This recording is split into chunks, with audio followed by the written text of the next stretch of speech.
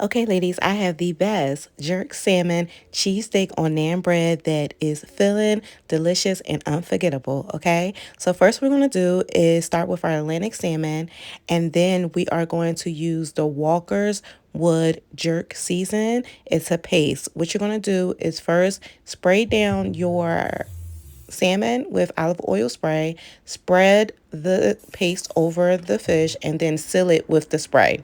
You're going to place it in the air fryer for 325 degrees at 14 minutes. You're going to take your green, red, yellow, and onions and saute it in the pan. Then we are going to add our salmon to that pan and let it all saute together. And then we are going to top it off with provolone cheese. Yes, the cheese.